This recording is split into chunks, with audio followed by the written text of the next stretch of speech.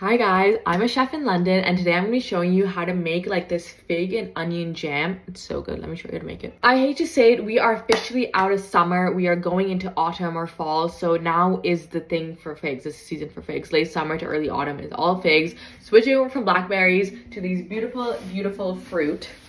How gorgeous is that? I honestly, I love a fig and I love a fig jam, and I love making jams that I eat over the course of like 2 weeks and put them in everything. I used to make them all the time for my clients in the Hamptons. Like every week I'd make more blueberry and strawberry jam and it'd be gone in like 3-4 days. The first thing I'm going to do is I'm going to peel and slice my onions. Whenever I make jam, actually, I don't put any sugar in my jam. I usually find that if you use good enough fruit, I would use these organic like frozen blueberries and strawberries during the summer, and I would just cook them down with lemon juice, and over time, like if you simmer them for long enough, they'll thicken without sugar. The reason why people use sugar is because it increases like pectin, so it increases that sort of thickening agent, and then second of all, it preserves the jam.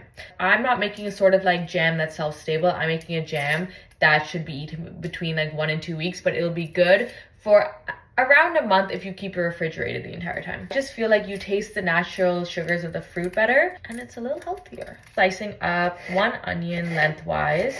Also, another reason I'm not using sugar for this particular one is I'm going to caramelize these onions, and so the natural sugars of the onions are going to be released. Now, caramelizing onions takes a long time. Like, you can quick caramelize them with a few tricks. I have a few tricks for that.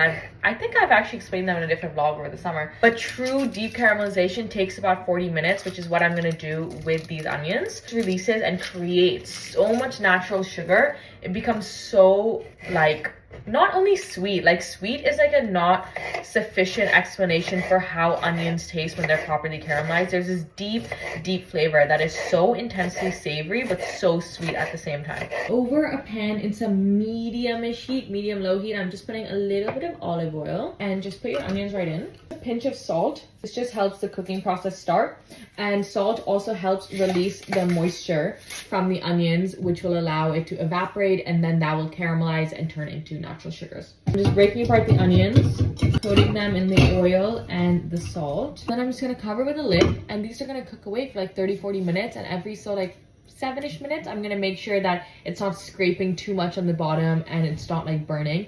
And I'll just keep giving it a mix. So I'll show you what it looks like right now, and then what it looks like at the halfway point, and then what it looks like at the end point. So this is what it looks like right now. Putting the lid on.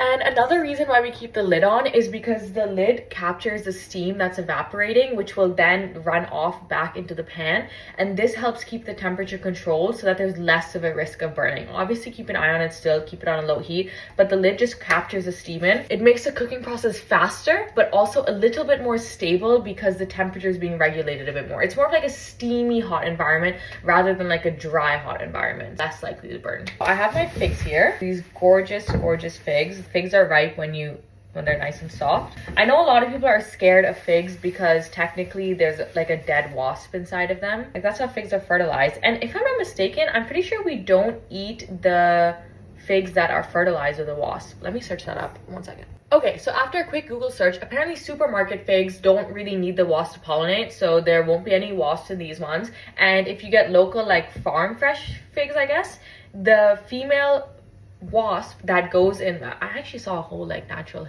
documentary, like earth documentary on this. There's like, they're really tiny and they actually lose their wings and they climb into the hole, and then they like, well, they lay their eggs, and then I'm not selling this to you guys, and then the babies hatch and they crawl out, so there's no babies in, and then the female basically dies in the fig, but they release an enzyme when they die that dissolves the exoskeleton. So there's no fig left by the time you're eating them. If that helps your fears, maybe I made them worse. I don't actually know. I am just probably, oh, see? I mean, that is gorgeous. Like, that is so beautiful. I kind of just want to eat them raw, but I've committed to this. It's not a chutney, it's not a jam. Probably more of a chutney than a jam. I'm going to call it a jam though. I'm not quartering them, I'm kind of putting them in these pieces because I want a bit of a chunky spread. Guys, I'm gonna make the most bomb grilled cheese you'll ever see in your entire life. Like, just you wait. Fig and onion jam with aged extra mature cheddar. I'm so excited for lunch. Oh, with some arugula in there. obviously we'll be filming that for you guys as well. So anyway, I'm just quartering these, and then I mean the caramelized onion is going to take at least half an hour, 45 minutes. Also for educational purposes, and definitely not because I started watching TikToks and forgot about the onions. If they ever start browning just a little bit too much, just add a little bit of water, and this deglazes the brown bits. See, it scrapes away the brown bits on the bottom of the pan, lowers the temperature of the pan, and everyone's happy. These brown bits on the bottom of the pan, these are called fond, F-O-N-D. They're basically like flavor bombs.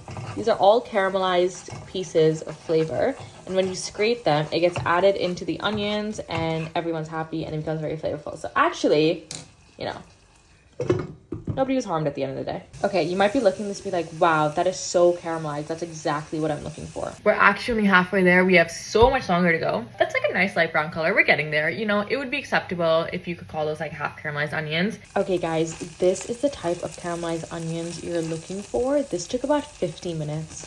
They're super soft and jammy. Basically, all the water has evaporated, and you can see how many more onions I had at the beginning and how many I have now. The onions are there. I'm gonna add my figs in.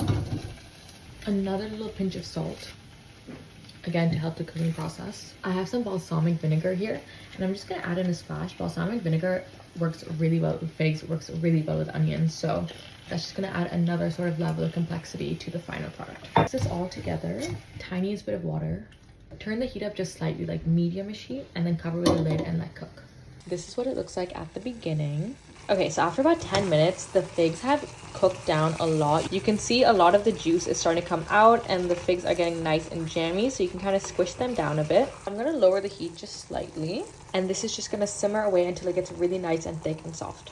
Okay, so the jam is done. Do you guys see how nice and caramelized that is? Personally, like texture in it, which is why I have bigger chunks of figs. But if you don't like texture, just chop them up real fine and they'll cook down the same way. And I kind of cooked it down until it kind of starts caramelizing, like browning around the edges a little bit. Like just gets a little stuck at the bottom, because I feel like it just adds a really nice sort of caramelized taste. If you wanted to keep this for a long time in your fridge, you'd have to sanitize your jars. I'm not using a jar because I don't have any jars. I'm going to put it in Tupperware. To sanitize a jar, you need to wash it in hot soapy water and then let it dry in like a oven. Or you can like put it in a dishwasher, run it, and then have it dry out in the dishwasher. Canning to have it shelf stable is a whole nother beast. I do know how to do it. We learned about it in school. I can make a video on it, but I've personally, like, I don't can things at home because I'm not trying to make shelf stable things. This method of like sanitizing the jars and then putting jam in it, I've made jam and it's kept in the fridge for like 3 months, 4 months.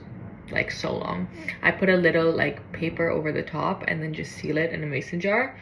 It lasts so long. Obviously shelf stable is different than a refrigerator. This is gonna be gone in a week. I know that because it's gonna be me who finishes it. Let's try a little bit. The nice thick consistency.